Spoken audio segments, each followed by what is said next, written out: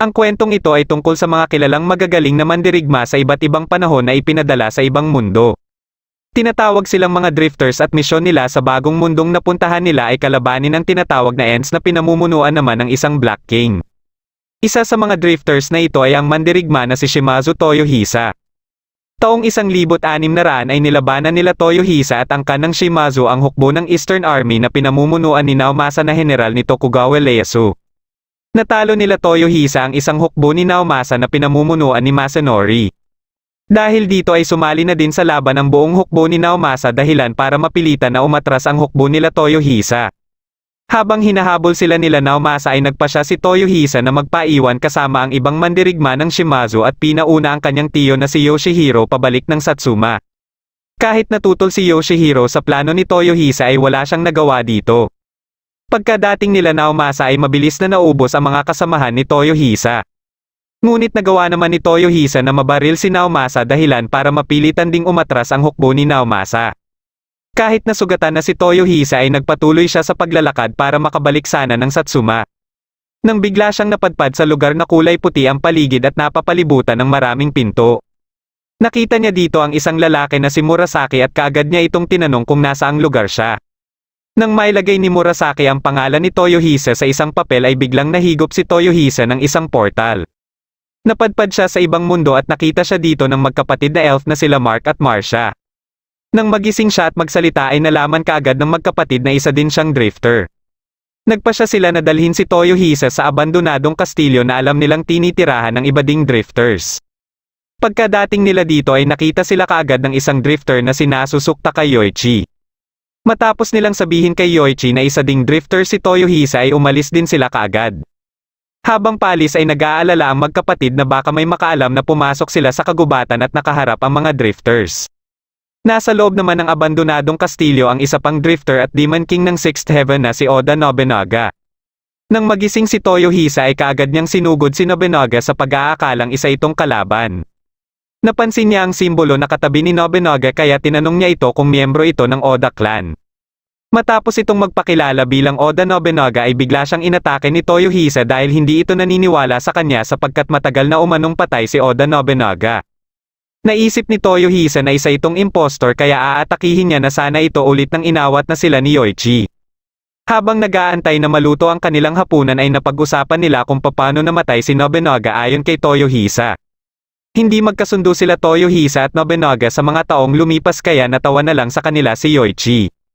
Nang magpakilala na si Yoichi kay Toyohisa ay mas lalong hindi naniwala si Toyohisa dahil 400 taon na umano ang nakakaraan nang mangyari ang Genpei War kung saan kilala si Yoichi.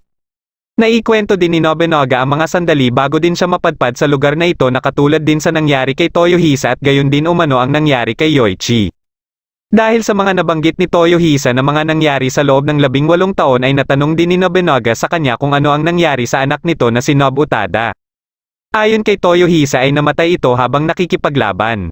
Katulad kay Nobunaga ay nagulat din umano si Yoichi nang malaman niya mula kay Nobunaga ang mga nangyari sa mga bawat angkan sa loob ng 400 taon. Sa di kalayuan ay pinagmamatyagan pala silang tatlo ng isang babae na si Olm Ino na miyembro ng organisasyon na tinatawag na Octobrist at may codename na Semo. Gamit ang parang bolang kristal ay ipinapaalam nito sa tinatawag niyang Grandmaster na si Abe Noharo Akira ang kanyang mga nakikita. Kinausap din ni Abe si Kafeito na may codename na Hame tungkol naman sa dalawa pang drifter na minamatyagan din nila na sila Hannibal Carba at Scipio Africanes. Dahil sa nag-aaway ang dalawang drifter na ito ay inutusan ni Abe si Hama na uwaten ang mga ito. Pagkabalik nila Mark at Marcia sa kanilang bahay ay napagalitan kaagad sila ng kanilang kuya na si Shara dahil sa ginawa nila. Nakaagad ding nalaman ng hukbo ng Orte Empire na pinamumunuan ni Aram. Nagising sila Toyohisa nang maramdaman nila na may nangyayari sa di kalayuan. Nakita nila ang usok na ayon kay Nobunaga ay sanayon nito ng mga elves na baka inaatake ng mga bandido. Nang malaman ni Toyohisa mula kay Nobunaga na mga elves ang tumulong sa kanya ay kaagad siyang tumakbo papunta sa nayon na ito. Nagpasya din sila Nobunaga at Yoichi na sundan si Toyohisa na ikinagulat naman ni Olm Ino. Nakasalubong nila sila Mark at Marcia na hinahabol ng mga kawal ni Aram. Kaagad na napatay ni Nobunaga ang isa dito at inubos naman ni Toyohisa ang ibang kasama nito. Base sa mga suot na mga ito ay nalaman kaagad ni Nobunaga na hindi ito mga bandido at posibleng mga kawal ito ng isang pinuno ng Orc Empire. Nabanggit niya na sasakupin nila ang nayon ng mga elves kaya napagtanto ni Abe na ito pala ang natural na katangian ng mga drifters na manakop ng teritoryo. Habang sinusunog ng mga kawal ni Aram ang ibang mga bahay ay pinagtipon-tipon niya ang mga elves sa labas. Ayon sa kanya na isang krimen umano na makialam ang mga elves o demi-human sa mga drifters. Dagdag pa niya na balang araw ay maglalaho na ang angkan ng mga demi-humans at katapos ay bigla niyang sinaksak ang pinuno ng mga elves. Isa-isa na ding pinatay ng ibang mga kawal ang ibang elves. Biglang dumating ang isang kawal at ipinaalam kay Aram ang pagkasunog ng mga pananim na trigo. Mabilis na kumalat ang apoy na kagagawa naman ni Nobunaga.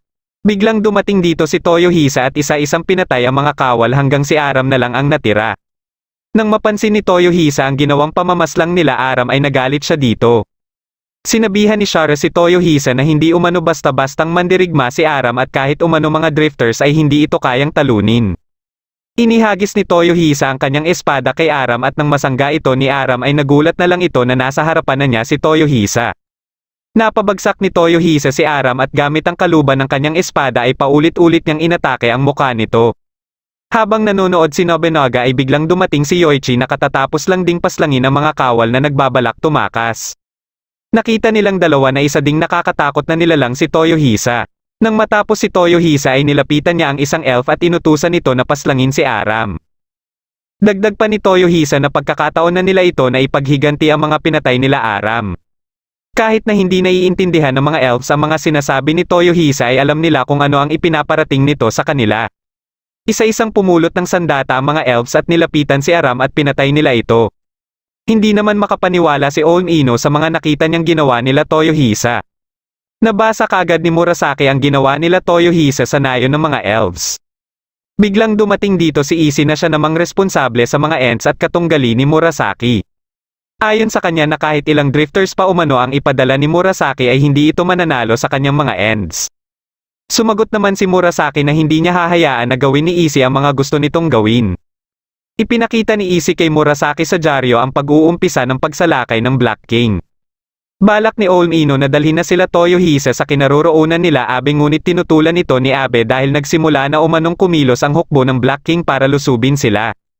Habang nababahala na sila Abe sa papalapit na hukbo ng Black King ay kampante naman ang mga mandirigma ng Carneades na hindi umano makakalampas sa kanilang pader ang mga kalaban.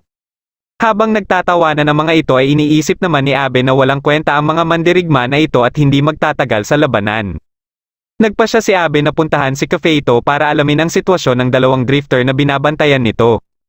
Umaasa si Abe na magagawa ng mga ito na pamunuan ang hukbo ng Carneades para maligtas ang bansa.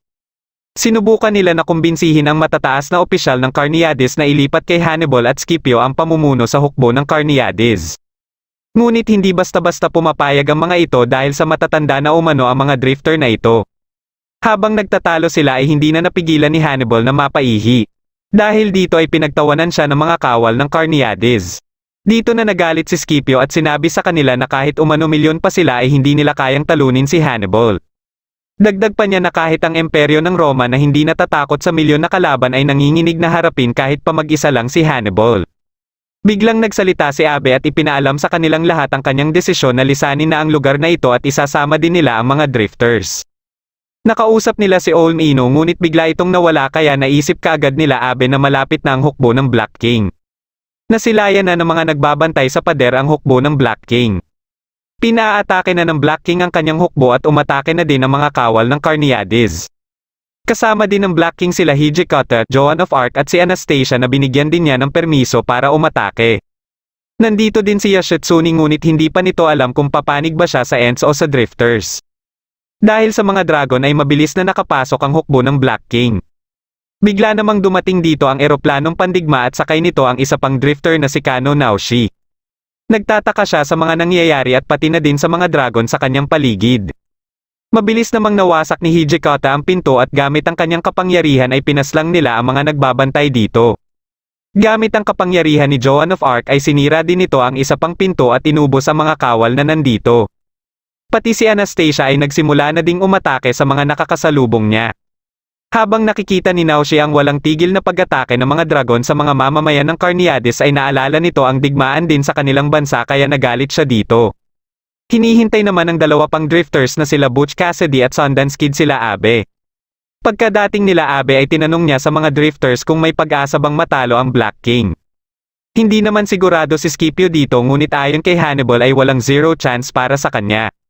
Nabuhayan ng loob si Abe sa sinabi ni Hannibal at sa isip-isip niya na mas malaki ang pag-asa nilang manalo kung makakasama din nila sila Toyohisa. Kaagad na umalis sila Abe at pinapatay naman nila Butch at Kid ang mga kalaban na humaharang sa kanila. Isa-isa nang inatake ni Naoshi ang mga dragon kaya nakumpirma ni Abe na isa din itong drifter. Matagumpay na nakatakas sila Abe at ilang minuto makalipas ay matagumpay din na nasakop ng Black King ang Carneades. Habang patuloy sa pagmamasid si Olm Ino ay bigla siyang ginulat nila Nobunaga. Ayon kay Toyohisa ay alam umano nila na pinagmamatyagan sila. Sa takot ni Olm Ino ay kaagad siyang nagpakilala at sinabi ang layunin ng kanilang organisasyon. Dinala nila si Olm Ino sa abandonadong kastilyo at dito na ipinagpatuloy ni Olm Ino ang pagpapaliwanag tungkol sa Octobrist Organization, sa Drifters at sa Ends. Dahil nabanggit ni Olm Ino na ang Ends ay mga masasama kaya sinabi ni Nobunaga na nagkamali siguro ang Octobrist para masabing nasahanay siya ng mabuti. Ngunit sigurado naman si Olm Ino na hindi silang tatlo na bibilang sa Ends dahil ang mga Ends ay walang ibang gusto kundi ubusin ang sangkatauhan. Nabanggit din ni Olm Ino na humihingi lang sila ng suporta sa mga hari at feudal lords pagdating sa sandatahang lakas at ito umano ang gusto nilang pamunuan ng mga drifters. Ngunit ang gusto naman ni Nobunaga ay mga drifters umano ang humawak at magkontrol na sa buong imperyo at papamunuan sila ni Toyohisa. Hindi naman alam ni Toyohisa na simula nang umupo siya sa inihandang upuan ni Nobunaga ay simula na ito ng kanyang pamumuno sa kanila. Inutusan ng Black King si Rasputin na sabihin sa lahat ang pagwasik nila ng pader sa hilagang bahagi. Ibinunyag niya dito na plano niya sanang iligtas ang sangkatauhan ngunit pinagtabuyan siya ng mga ito. Dahil dito ay isasalba na lang niya ang mga demi-humans at uubusin ang sangkatauhan. Inutusan din niya si Rasputin na hanapin ang mga nakatakas na drifters. Huwag din umanong hahayaan na magsama-sama ang mga drifters dahil ito lang ang nakikita niyang makakasagabal sa kanilang mga plano. Kaya kailangan silang mahanap at mapatay kaagad. Napadpad naman si Naoshi sa kagubatan matapos pumalya ang sinasakyan niyang eroplano. Habang nag-uusap-usap ang mga elves tungkol sa mga nangyari at sa susunod nilang plano ay biglang dumating dito sila Yoichi. Para magkausap sila ng maayos ay binigyan ni Olm Ino sila Toyohisa ng papel para magkaintindihan sila ng mga elves. Lumapit sa mga elves si Toyohisa para papiliin ang mga ito kung lalaban ang mga ito para sa kanilang karapatan at mga pangarap o mananatiling kahihiyan ng kanilang mga ninuno at sa susunod na henerasyon. Pinili ng mga ito na lumaban para sa kanilang kalayaan kaya nagpasya din si Toyohisa na ibabalik sa kanila ang lugar na para sa kanila. Dahil sa ginawa ni Toyohisa ay may naalala si Nobunaga sa kanya. Sinabi naman ni Shara na sigurado umanong paparating na ang hukbo ng Orte. Base naman sa kalkulasyon nila Nobunaga ay baka sa makalawa ito dumating. Ikwento naman dito ni Olm Ino ang ginawang pananakop ng kaharian ng Orte sa kalupaan ng mga elves, dwarfs at hobbits kaya naging alipin ang mga ito at ang iba ay ginawang menero. Dahil din dito kaya iprinuklama ng Orte na isa na silang imperyo at gumawa ng panibagong sistema. Binubuo naman ng 200 kawal ang hukbo na ipinadala ng Orte sa nayon ng mga elves. Pagkadating nila dito ay wala na silang naabutan na elves at kahit katawan ng mga kawal na napatay ay wala na din dito. Kaya nagtataka ang kanilang pinuno ngunit hindi nila alam na nag-aabang na pala sa kanila sila Toyohisa. Bago pa ang pagdating ng hukbo ng Orte ay tinipon nila Toyohisa ang mga sandata at baluti ng mga napatay nila para magamit din nila. Dahil sa kaunti lang ang sandata na ito ay nagpasya silang gumawa ng mga pana. Inilibing naman ni Toyohisa ang mga ulo ng mga napatay nila habang ang mga katawan naman nito ay inilagay nila Nobunaga sa hukay. Isinama nila dito ang lupa na kinuha nila sa banyo at plano nila itong haluan din ng uling at sulfur. Hindi maintindihan ni Olm Ino ang planong gawin nila Nobunaga. Sumailalim naman sa pagsasanay ang mga elves sa paggamit ng pana at dahil sa nasa lahi nila ang pagiging archers ay madali silang natuto. Nagpakitang gilas naman si Yoichi at paulit-ulit na pinatamaan ang bala ng pana ng sunod-sunod. Bago ang nakatakdang pagsalakay nila ay pinulong muna ni Toyohisa ang mga elves. Dito din nila nalaman ang dahilan bakit walang natirang babaeng elf sa nayon nila dahil kinuha ito ng isang pinuno ng Orte at mga tauhan nito. Kaya plano ni Toyohisa na matapos nilang mapaslang ang hukbo na ipinadala ng Orte ay sunod nilang sasalakayin ang kastilyo ng Orte kung saan dinala ang mga babaeng elf. Nakikita ni Nobunaga kay Toyohisa na talagang ipinanganak ito bilang mandirigma at may abilidad na kailangan bilang isang warlord. Pagsapit ng gabi ay inatake ni Toyohisa ang mga nakabantay na kawal. Nag-umpisa na ding paulanan ng mga elves ng bala ng pana ang ibang mga kawal. Sa pangunguna ni Nobunaga ay gumawa sila ng barikada nang makalapit sila sa nayon. Nilagyan nila ng lupa na nakuha nila sa banyo ang mga bala ng pana at kaagad itong napansin ng mga kalaban. Dito na napagtanto ng mga kalaban na hindi pa pala tuluyang inabandona ang buong nayon at kabilang lang ito sa estratehiya nila Toyohisa. Mabilis nilang napatay ang karamihan sa mga kalaban. Inumpisahan na ni Toyohisa na atikihin ang pinuno ng mga kalaban at madali niya itong napatay. Sa takot ng mga natitirang kalaban ay nagsitakbuhan ang mga ito. Habang nasa kagubatan na ang mga tumakas ay nahulog naman ang iba sa kanila sa mga patibong na inihanda nila Toyohisa. Sa pamumuno ni Yoichi ay pinaulanan din nila ang mga ito ng bala ng pana. Nababahala na ang pinuno ng kastilyo dahil hindi pa bumabalik ang mga pinadala niyang kawal.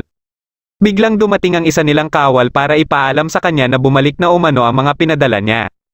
Hindi nila alam na sila Nobunaga pala ang mga ito kasama ang mga elves na suot-suot ang mga baluti ng mga kalaban na pinatay nila.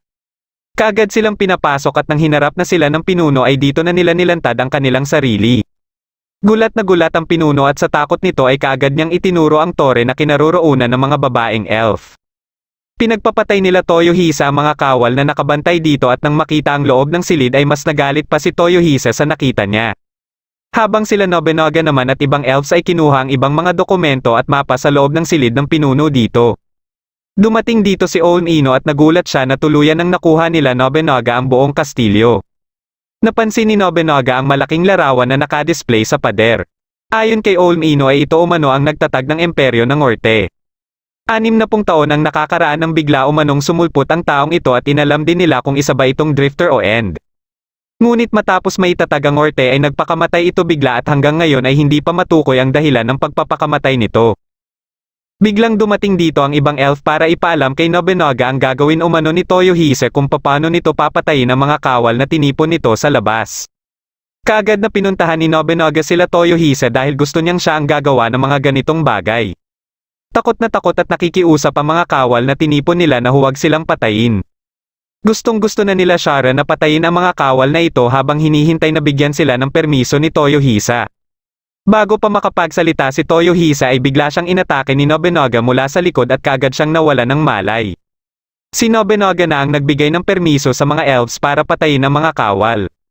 Nang magising si Toyohisa ay nakahandusay na ang mga kawal. Habang nagsasalita pa si Nobunaga tungkol umano sa nakaraan niya sa mga ganitong bagay ay bigla siyang sinuntok ni Toyohisa. Walang pakialam umano si Toyohisa kung ilang beses na ito ginawa ni Nobunaga sa nakaraan.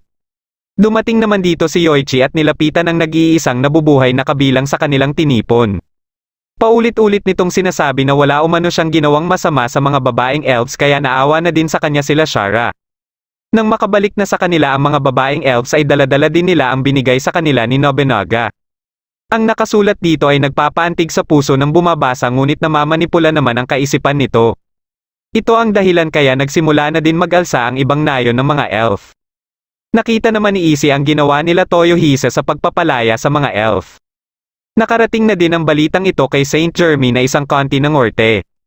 Habang nagpupulong ang ibang opisyal ng Orte ay biglang dumating dito si Saint Jeremy kasama ang dalawa niyang alalay. Si Saint Jeremy ang kauna-unahang noble na nakasama ng founder ng Orte nang maitatag ito. Siya din ang nagmamay-ari ng malaking bahagi ng Orte kaya walang pumapalag sa kanya. Napag-usapan nila dito ang ginawang pagsalakay sa kanilang hukbo sa karagatan at ang pag-aalsa ng mga elves sa iba nilang teritoryo.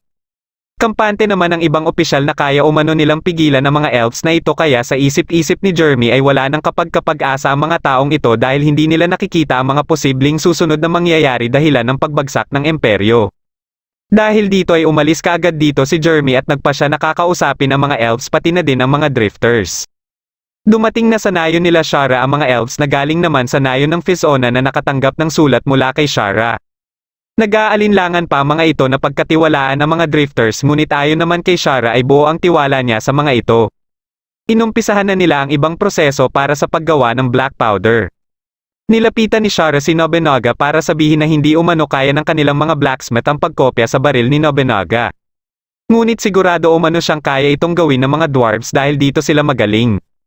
Habang sinasanay ni Yoichi ang ibang elf sa pana ay sinusubukan naman ni Toyohisa na sanayin ang iba sa paghawak ng espada. Kinagabihan habang nag-uusap tungkol sa ginagawa nilang pagsasanay sa mga elves nakaramdam sila na may paparating na ayon kay Toyohisa ay naiiba sa hukbo ng Orte. Ito pala ay ang miyembro ng End na si Joan at kasama niya din si Giles na may misyon na paslangin sila Toyohisa at iba pang drifters. Inatake nila ang ibang elves at sinunog ni Joan ang mga tinitirahan ng mga ito. Nagpakita naman kaagad si Toyohisa para harapin si Joan. Habang pinapalikas nila Shara ang mga bata at babaeng elves ay pinapatipon naman ni Nobunaga ang mga lalaki pati na rin ang mga pana. Si Yoichi naman ang makikipaglaban kay Giles na kaagad siyang inatake. Inumpisahan na din ni Joan na atikihin si Toyohisa at pinalibutan niya ito ng kanyang apoy. Pagka-atake niya ulit ay dumating dito si Olmino para sanggain ito gamit ang kanyang stone wall. Binuhat ni Toyohisa si Olmino at umatras muna sila. Ayon kay Olmino ay tanging Stonewall lang umano ang kayang niyang gawin at may dalawa na lang siyang natitira. Napansin ni Toyohisa na hindi pa gaanong hasa si Joan sa pakikipaglaban kaya kampante siyang kaya niya itong talunin. Nakaisip siya ng paraan kung paano nila magagamit ang natitirang Stonewall ni Olmino. Sa kabilang banda naman ay halos hindi nagkakalayo ang galing nila Yoichi at Giles. Pinapanood naman sila ni Yoshitsune na dating kasamahan ni Yoichi sa Genpei War. Kahit na maraming beses nang tinamaan ni Yoichi si Giles ng kanyang pana ay hindi pa rin ito namamatay kaya nagtataka na siya. Sa pamumuno ni Nobunaga sa ibang elves ay tinambangan nila ang mga kasama nila Joan na humahabol sa mga lumikas na mga elves. Dahil sa estratehiya na ginawa ni Nobunaga ay mabilis lang nilang naubos ang mga ito. Patuloy sa pagpapalabas ng apoy si Joan habang hinahanap si Toyohisa. Nang magpakita sila Toyohisa ay kaagad niya itong pinalibutan ng kanyang apoy. Pinalabas ni Olmino ang Stonewall at ginawa itong pangbuelo ni Toyohisa para mas bumilis ang kanyang pag-atake kay Joan. Sa lakas ng atake ni Toyohisa ay tumilapon si Joan sa loob ng balon. Dito ay naalala ni Joan ang ginawa sa kanya sa nakaraan niyang buhay at ang unang pagkikita nila ni Izzy.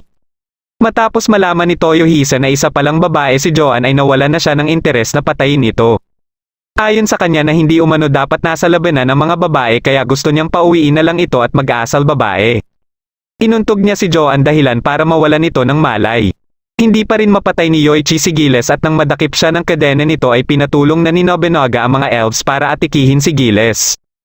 Biglang dumating dito sila Abe at kaagad ni inatake ni Kid si Giles kaya nagkalasog-lasog ang katawan nito.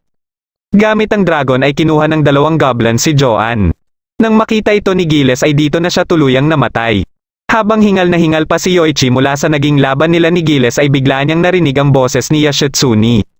Pinaalala ni Yoshitsune kay Yoichi ang ginawa nito noong kasagsagan ng Genpei War. Sumagot si Yoichi na hindi na siya kailanman susunod sa mga utos ni Yoshitsune. Kinausap ni Nobunaga si Abe para tanungin kung sino umano sila. Nang magpakilala si Abe ay naalala kaagad ni Nobunaga si Abe no Seimei. Dumating din dito si Toyohisa at dito na naikwento ni Abe nung nakita din niya si Murasaki at naging drifter. Kaagad niyang napagtanto ang misyon niya sa lugar na ito at ito ay talunin ng mga Ends. Dito na napasok sa usapan si Joan na ayon kay Toyohisa ay iniwan niya lang umano matapos niya itong patulugin sa balon. Nang marinig ito nila Abe ay kaagad nilang pinuntahan ang balon at wala na dito si Joan.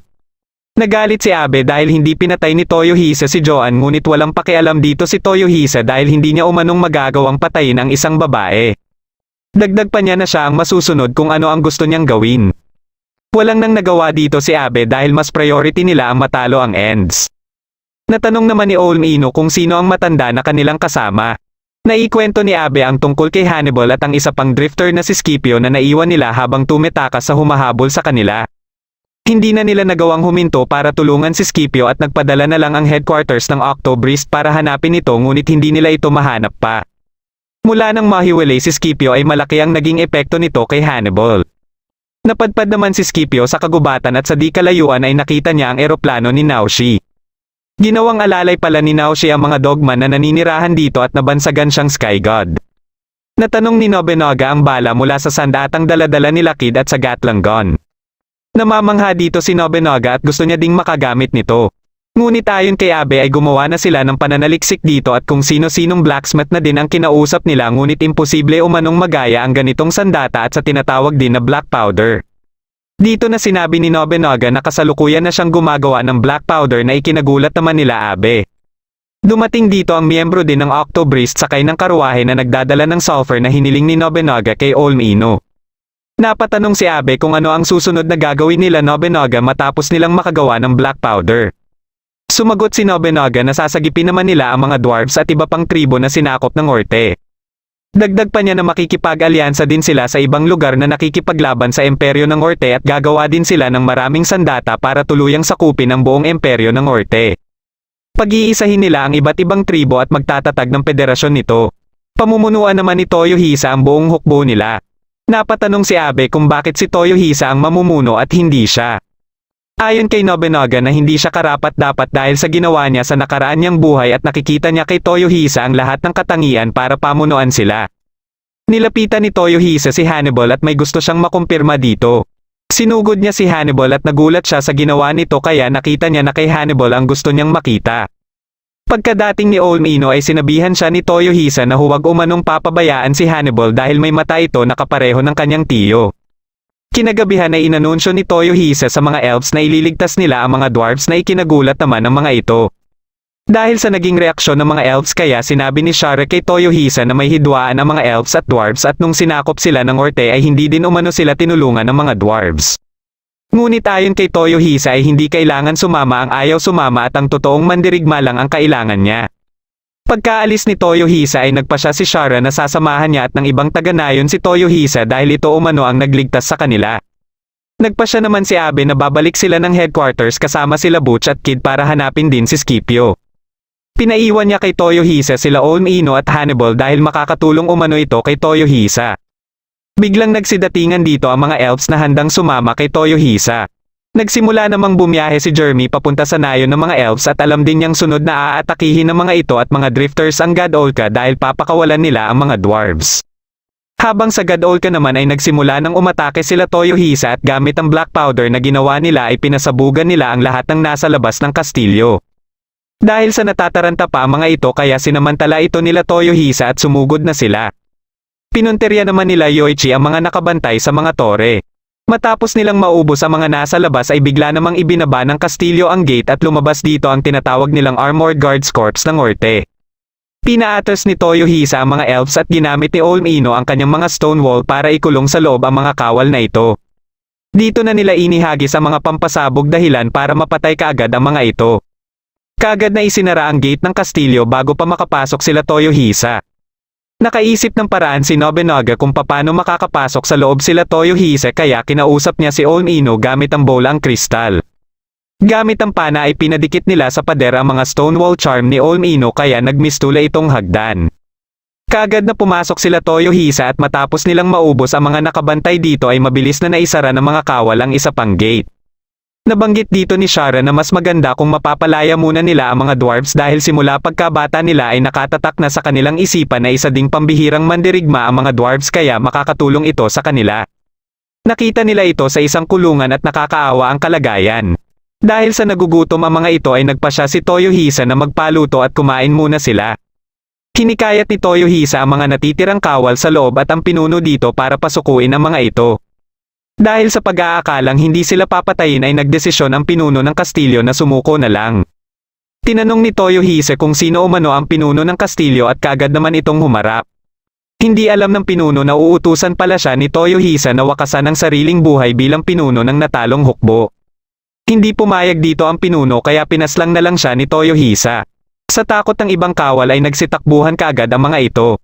Sinabihan naman ni Toyohisa si Yoichi na hindi na nila kailangan pang habulin ang mga ito. Pinagmamatyaga naman ng ibang miyembro ng Octobrist ang mga ginagawa ng Black King sa hilagang pader. Nakita nila dito ang isa sa 6 Great Dragons na Bronze Dragon. Nagulat din sila nang makita ang mga halimaw na nagsasaka kaya naalala nila ang sinabi ni Abe na naiiba sa lahat ng Ents ang Black King. At hindi umano gusto ng Black King na wasakin ang mundo kundi iligtas ito kaya papalitan niya ang sangkatauhan ng mga demi-humans at halimaw. Kasama sila Hijikata at Rasputin ay hinikayat ng Black King ang Bronze Dragon na sumapi sa kanyang hukbo. Dahil hindi pumayag dito ang Bronze Dragon kaya ginamit ng Black King ang kapangyarihan nito dahilan para unti-unting matunaw ang balat ng Bronze Dragon. Sa sobrang sakit na nararamdaman ng Bronze Dragon ay kaagad siyang pumayag sa alok ng Black King. Namamangha na lang sila Hijikata sa kapangyarihan ng Black King. Nagagawa din itong gayahin ang ibang bagay kahit na ang pagkain. Nang magising si Joanne ay kaagad na sinabi ni Anastasia ang mga nangyari at papaano siya napunta sa Northern Wall ng Carneades. Binanggit din ni Anastasia kay Joanne ang pagkamatay ni Giles. Babangon sana si Joanne para puntahan ulit sila Toyohisa at ipaghihiganti niya din si Giles. Ngunit hindi siya pinayagan ni Anastasia at kailangan umanong maghintay ni Joanne ng tamang pagkakataon. Pagkalabas ng silid ni Anastasia ay kinausap naman siya ni Rasputin.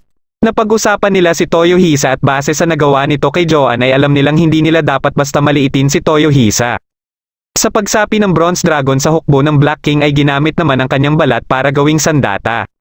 Pagkadating ni Jeremy sa nayon ng mga elves ay hinarap siya dito ng lalaking binuhay nila noong inatake nila ang isang kastilyo ng Orte. Dito lang nalaman ni Jeremy na kasalukuyan na palang nasa God-Olka sila Toyohisa at ibang drifters. Ipinakita na ni Nobunaga sa mga dwarves ang musket na gusto niyang gayahin ng mga ito. Napatanong ang mga dwarves kung bakit pinipilit nila Nobunaga ang musket na para sa kanila ay mas maganda pa rin ang pana at hindi ito maingay.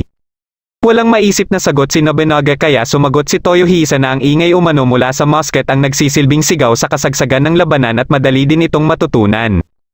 Nag-umpisa na ding gumawa ng musket ang mga dwarves at nagulat si Nobunaga na nakagawa kaagad ang mga ito sa loob lang ng isang araw.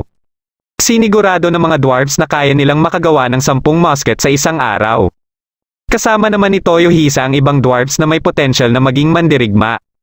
Biglang dumating dito ang dalawang alalay ni Jeremy at plano nilang subukan kung gaano kalakas si Toyohisa. Nakaharap naman nila Nobunaga si Jeremy at pagkadating din dito ni Olmino ay sinabi ni Jeremy na isa din siyang drifter. Nalaman din nila mula kay Jeremy na isa ding drifter ang nagtatag ng Orte na si Adolf. Napagtanto ni Nobunaga na parang kilala silang lahat ni Jeremy at parang alam din nito ang lahat ng tungkol sa kanila. Gustong makumpirma ni Jeremy kung karapat-dapat ba silang maging kasapi. Inumpisahan ng atikihin ng mga alalay ni Jeremy si Toyohisa. At nabanggit ni Jeremy na kasalukuyan ng sinusuri ng kanyang mga alalay si Toyohisa.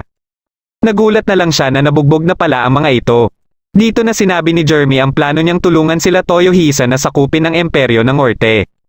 Ipinaliwanag ni Jeremy ang naisip niyang plano kung paano nila mabilis na masasakap ang Orte mula sa loob.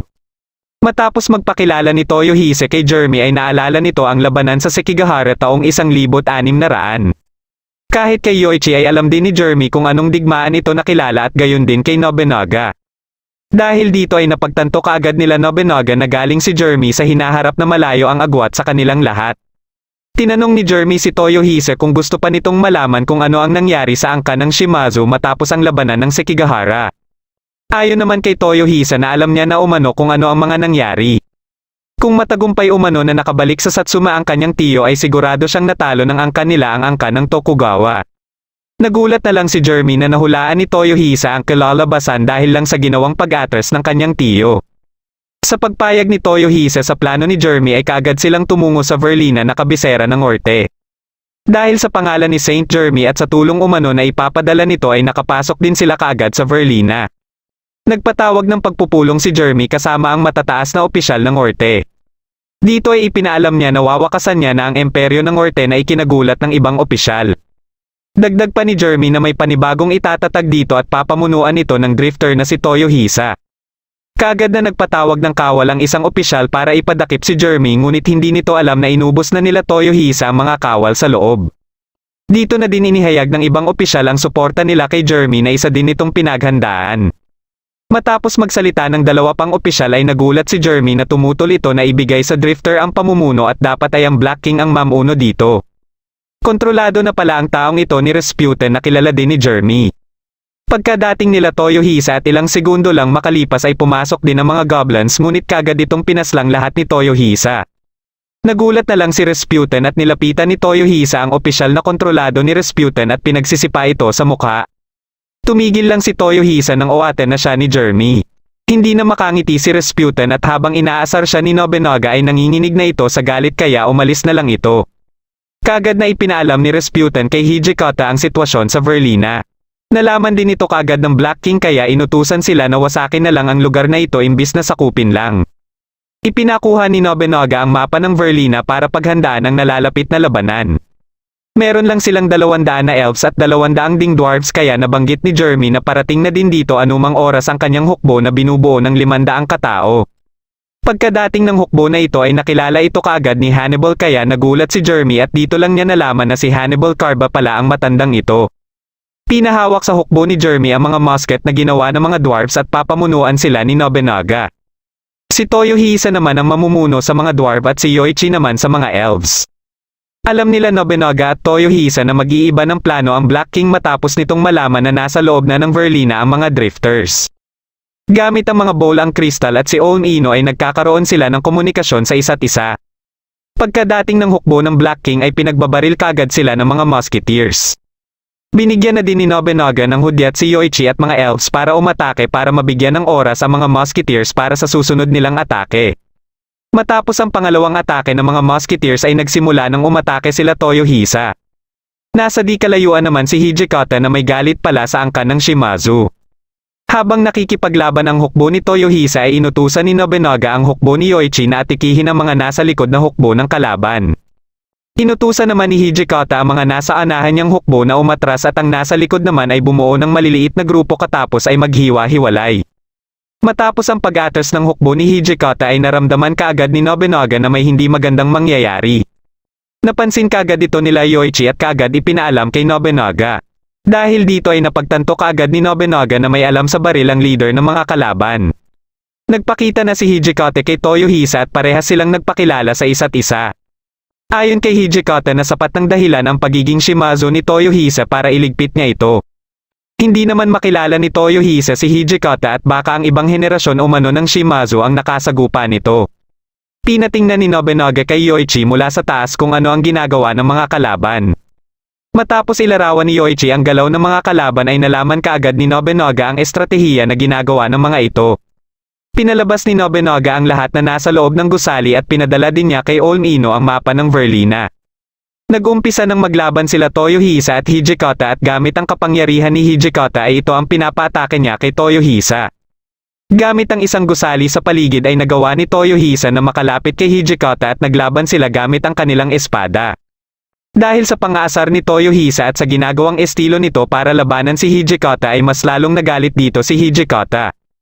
Alam ni Nobunaga na nahuhulog na si Hijikata sa patibong na ginagawa ni Toyohisa. At nakaisip din siya ng paraan para i-counter ang ginagawa ng mga kalaban. Sa patuloy na pagpapalitan ng atake nila Toyohisa at Hijikata ay nabali dito ang espada ni Toyohisa. Ginamit ni Hijikata ang kanyang kapangyarihan at ito ang pinaatake kay Toyohisa dahilan para magtamo ito ng pinsala. Nagugulat na ang mga kalaban dahil wala silang makitang tao sa loob ng mga gusali. Sa bawat hukbo ng mga kalaban na pumapasok sa gusali ay pinapasabugan nila ito.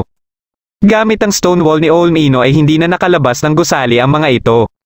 Kahit sa mga bintana ay nakaabang din ang mga musketeers. Natutulala na lang si Hijikata habang pinagmamasdan ang mga nangyayari. Dito na sinabi ni Toyohisa kay Hijikata ang ginawa niyang estratehiya para mabigyan ng oras si Nobunaga dahil naniniwala siya sa kakayahan nito na mapabago ang kalalabasan ng anumang sitwasyon na hindi umaayon sa kanila. Dahil dito ay mas nagalit pa si Hijikata dahil naisahan na naman siya ni Toyohisa. Ginamit niya ulit ang kanyang kapangyarihan ngunit tumulong na dito ang mga dwarves kaya hindi ito nakaatake kay Toyohisa. Nagulat na lang siya nang makalapit na sa kanya si Toyohisa at nagpalitan sila ng atake. Bigla siyang kinausap ng Black King para patrasin na ngunit ayaw pa sanang umatras ni Hijikata.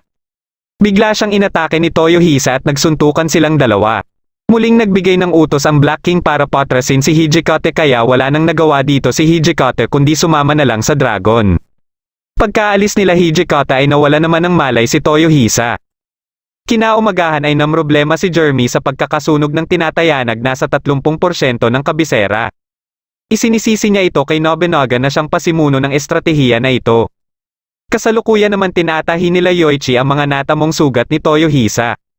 Ayon naman kay Nobunaga na pasalamat pa din sila sa ginawa ni Toyohisa na kalabanin si Hijikata.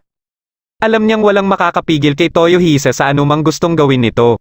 Napapaisip na si Jeremy kung ano na ang susunod nilang gagawin at alam niyang hindi basta-basta susuko ang ibang hukbo ng imperyo na nakakalat sa iba't ibang parte ng norte. Naniniwala si Nobunaga na posibleng pumili na lang ang mga ito ng kanilang magiging pinuno o feudal rule pero kampante siya na magagawa niya ito ng paraan. Pinagmamatyaga naman nila Dagat ng isa pang Octobrist ang Northern Wall na kasalukuyan ginawang base ng mga Ents. Nagawa ni Doug na makakuha ng mga kagamitan ng mga goblins at ginamit nila ito para makapasok sila sa loob. Nakita nila dito ang bronze dragon na tinatanggalan ng balat at tinutunaw para magsilbing pera ng mga halimaw na siyang mga bagong residente ng lugar. Nagpatuloy sila sa paglalakad at nakita ang mga residente ng Carneades na akala nila ay ginawa ng alipin ngunit nagulat sila sa sunod nilang nakita. Sa patuloy na pagmamasid nila ay marami pa silang natuklasan at nagtataka sila sa mga nagagawa ng mga halimaw na para ng mga tao sa bilis matuto ng mga ito. Nagulat sila nang bigla silang akbayan ni Yoshitsune. Kaagad na umatake si Doug ngunit napatay lang siya ni Yoshitsune. Ipinakita ni Yoshitsune sa Octobrist ang ginagawang paghahanda ng ends na nasa kabila pala ng pader. Nagugulat na lang ang Octobrist dahil sa iba't ibang klase ng halimaw ang nagtipon-tipon dito. Pagkadating dito ng Black King ay tinawag niya si Abe dahil nararamdaman niya ito sa paligid. Mula sa isang maliit na papel ay kumalat ito at nagpakita dito si Abe. Sinabi ng Black King ang lahat ng kanyang mga plano para baguhin ang mundo. Ayon naman kay Abe na sisiguraduhin umano niya na pipigilan nila ang planong ito ng Black King at umalis na sila dito. Nang magising si Toyohisa ay kaagad itong naghanap ng makakain dahil sa sobrang gutom nito. Pinakain naman siya kaagad ni Yoichi at binalaan din siya nito na baka manganib ang kanyang buhay kung ganito palagi ang estilo niya sa pakikipaglaban. Ngunit para kay Toyohisa ay ito lang ang alam niyang estilo ng pakikipaglaban simula nang tumungtong siya ng 13 taong gulang. Nakiusap si Yoichi kay Toyohisa na piliting mabuhay kahit anong mangyari dahil sigurado umanong babagsak ang lahat kung sakaling mamatay siya. Pinag-usapan nila Nobunaga at Jeremy ang ibang hukbo ng Orte na nakakalat sa ibang lugar. Nabanggit ni Jeremy na ang hukbo sa hilagang bahagi kung saan din namamalagi ang mga wolfmen at catmen ay humihingi na ng tulong. Hindi niya alam kung bakit pero biglang naging agresibo ang tribo ng wolfmen at catmen at baka dahil din siguro ito sa Black King. Hindi nila alam na pinamumunuan na pala ni Naoshi ang tribo ng wolfmen. Hindi makapaniwala ang pinuno ng hukbo na ito ng Orte sa nangyayari sa kanyang mga kawal na unti-unti nang inuubos ng mga wolfmen. Nandito na din sila Butch at Kid na naatasan ni Abe para hanapin si Scipio. Dahil nakita nilang maayos ang kalagayan ni Scipio ay nagpasya na silang umalis na at babalik na lang umano sila. Ipinaalam ni Old Ino kina Nobunaga ang pagdating ng mga nobles ng Orte. Kinausap ang mga ito ni Nobunaga at biglang dumating dito si Toyohisa na naghahanap ng pagkain. 500 milya ang layo mula sa Orte ay may tinatawag na Gubanen Merchant Guilds o Merchant Assembling Nation. May 7th Great Guild sa nasyon na ito at pinamumunuan sila ng Admiral ng United Governance Marine Fleet na si Mashon. Kasama ang Supreme Supervisor na si Naizel ay kinausap nila ang drifter na si Taman na isa namang Admiral ng Japan's Imperial Army. Pinasalamatan nila si Taman dahil ito ang dahilan bakit napalakas nila Mashon ang hukbo nila kaya nagawa nilang matalo ang hukbo ng Orte sa karagatan. Aminado si Mashon na malakas sila sa karagatan ngunit alam din niyang hindi nila mapapamunuan ng maayos ang Orte kung masakop nila ito. Dahil kontrolado naman na nila ang kalakalan sa karagatan ay magpapadala na lang sila sa Orte ng peace proposal at siguradong wala nang magagawa ang Orte kundi tanggapin ito. Kung magpatuloy man na makidigma pa ang Orte sa ibang bansa ay sa kanila pa din ito bibili ng pangangailangan. Kinilala naman ni Taman ang galing nila Mashon sa kalakalan sa karagatan at nagpasya na itong bumalik sa Hiryo na kasama din niyang napadala sa mundong ito. Inalok nila Mashon si Taman ng magandang matutuluyan ngunit tinanggihan ito ni Taman at mas pinili na manatili sa Hiryo. Alam nila Mashon na hindi pa din sila pinagkakatiwalaan ni Taman at gusto naman ni Naizel na kumpiskahin na ang Hiryo mula kay Taman dahil isa umano itong kayamanan mula sa ibang mundo. Ngunit hindi sang-ayon dito si Mashon dahil ayaw niyang magalit si Taman. Pinag-usapan ulit nila Nobunaga kung paano lalabanan ang ibang hukbo ng Orte sa kanlurang bahagi at may naisip na siyang plano dito. Nagpadala sila ng sulat na pirmado ni Jeremy sa mga general ng 3rd at 4th Army ng Orte na sila Jigmente at Lamik. Nakasaad sa sulat na ito na ibabalik ulit ang posisyon na Father of Nation at kung sino man sa dalawa ang unang makarating sa Berlina ay siyang pagkakalooban ng posisyon na ito. Nagulat dito si Jigmente habang si Lamik naman ay kaagad na umaksyon ngunit hinarangan sila ng hukbo ni Jigmente. Inatake ng hukbo ni Jigmente sila Lamik at dahil sa biglaang pag-atake na ito ay naubos kaagad sila Lamik. Patungo na sila Jigmente sa Berlina na kampante na siya na ang makakakuha ng posisyon na Father of Nation. Hindi nila alam na inaabangan na pala sila nila Yoichi at ng ibang elves. Nagawang mapatay ni Yoichi si Jigmente at nang magpakita na ang hukbo nila Yoichi ay kaagad na umatras ang hukbo ni Jigmente. Sa pagkamatay ng mga general ng 3rd at 4th Army ay nakikita na itong pagkakataon ni Nobunaga para ipakalat ang impormasyon na ito sa mga tribo sa kanlurang bahagi at umaksyon kaagad ang mga ito para atikihin ang mga natitirang sundalo ng 3rd at 4th Army. Pinuntahan nila Butch at Kid si Tamon at kasama din nila si Abe.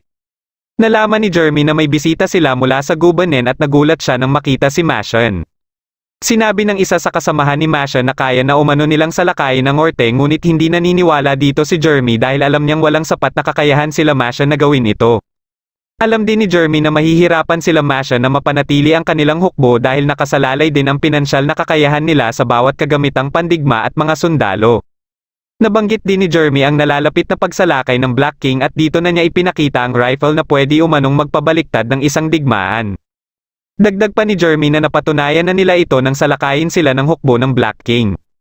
Napaisip si Mashon kung kaya nilang magaya ang armas na ito ngunit sinabi naman ni Jeremy kung bakit hindi ito basta-bastang magagaya nila Mashon. Ito ay dahil sa kinakailangan pa ng mga skilled dwarves at elves para makumpleto ito at sa bala nito ay hindi din basta-basta ang proseso. Dahil dito ay pumayag si Mashon na mag-supply ng pagkain at pera kina Jeremy. Napansin ni Mashon na nakikinig sa usapan sila Nobunaga at ipinakilala ito sa kanya ni Jeremy. Napatanong si Mashon kung bakit kaya sa Orte pinagsama-sama ang maraming drifters. Sumagot naman si Nobunaga na dahil kung matalo silang mga drifters ay siguradong tapos na ang lahat sa mundong ito. Dagdag pa niya na mas mabuting suportahan na lang sila nila Mashon para pigilan ang Black King. Binisita ng mga Catmen sila Naoshi at Scipio at tutol ang mga ito sa pamumuno ni Naoshi dahil hindi sila naniniwala na isa itong Diyos. Nang magising si Naoshi ay mabilis lang niyang napaamo ang mga Catmen. Dumating naman si Butch at Kid at ipinaalam ni Kid ang impormasyon mula sa Octobreeze tungkol sa pagkilos ng hukbo ng Black King papuntang Timog. Nagawa na din umano ng mga ito na wasakin ang ibang kaharian sa Timog at di magtatagal ay darating na ang mga ito sa Orte. May iniabot na sulat si Butch kay Naoshi na ikinagulat nito nang makita na galing ito kay Tamon. Kaagad na binasa ni Naoshi ang sulat at napatawa na lang siya matapos basahin ang sulat. Naatasan si Mitsuide na pamunuan ang hukbo ng mga Ents at siya naman ang nagpasya kung saan ilalagay sila Hijikata, Anastasia at Rasputin. Biglang dumating dito si Joan para sumama din ngunit sinabihan lang siya ng Black King na maghintay muna. Nagsimula nang magmarcha ang hukbo at plano naman ni Mitsuide na patayin si Nobunaga. Pinagmamasdan sila ng isang hari sa Hilaga kasama ang ibang kawal at nababahala na sila habang papalapit ito sa kanilang kaharian. Napagtanto na ni Abe na tama ang sinabi sa kanila ni Nobunaga tungkol sa pagpapaubaya sa mga drifters ang pamumuno sa lahat ng hukbo para talunin ang mga Ents. Mabilis na nakarating ang hukbo ng Black King sa isang kaharian. Sa tulong ng mga higanteng halimaw ay mabilis lang nilang nasira ang pader ng kaharian. Ang mga dragon at goblins naman ang umaatake sa ibang kawal ng kaharian. Hindi makapaniwala si Mitsuide sa ginagawang estratehiya ng Black King at may iniisip na isang tao na posibleng ito ang totoong katauhan ng Black King. Ngunit wala nang pakialam pa dito si Mitsuide basta ang importante sa kanya ay mapatay si Nobunaga. Habang papatakas mula sa kaharian ang mga mamamayan ay inatake naman sila ng mga tikbalang na pinamumunuan ni Yoshitsune. Hindi naman nagpapigil si Joan at sumali din sa ginagawa nilang pag-atake. Pinatipo ni Rasputin ang mga patay na katawan dahil may paggagamitan pa umano ang mga ito. Habang nakikipaglaban si Hijikata ay naaalala niya pa din ang laban nila ni Toyohisa. Ilang oras lang makalipas ay tuluyan na nilang nasakop ang buong kaharian. Nagawang makaligtas dito ng hari at ibang kawal at nagpasya itong pupunta sila sa Orte. Napagtanto niya na hindi mananalo ang mga mandirigma ng kanilang mundo laban sa Black King at tanging mga drifters na lang ang kanilang pag-asa. Pinuntahan nila Naoshi at Scipio si Tamon at pagkadating nila sa Hiryo ay kaagad na nilapitan ni Naoshi si Tamon habang nagpapakilala siya. Nagsumo wrestling sila at habang ginagawa nila ito ay pinag-uusapan nila ang digmaan na naiwan nila sa kabilang mundo. Dito na nalaman ni Naoshi na natalo ang hukbo nila sa digmaan. Ipinakita ni Tamon ang mga eroplanong pandigma na nasa loob ng Hiryo. Sa isang silid naman nito ay may nakatipon na mga rifle. At dito na nagtatapos ang pinakahuling episode ng Drifters. Kung nagustuhan mo ang video na ito ay huwag kakalimutan mag-like at subscribe na din sa channel para malalaman mo din kaagad kung may bago akong video. Maraming salamat sa panonood at shoutout na din kina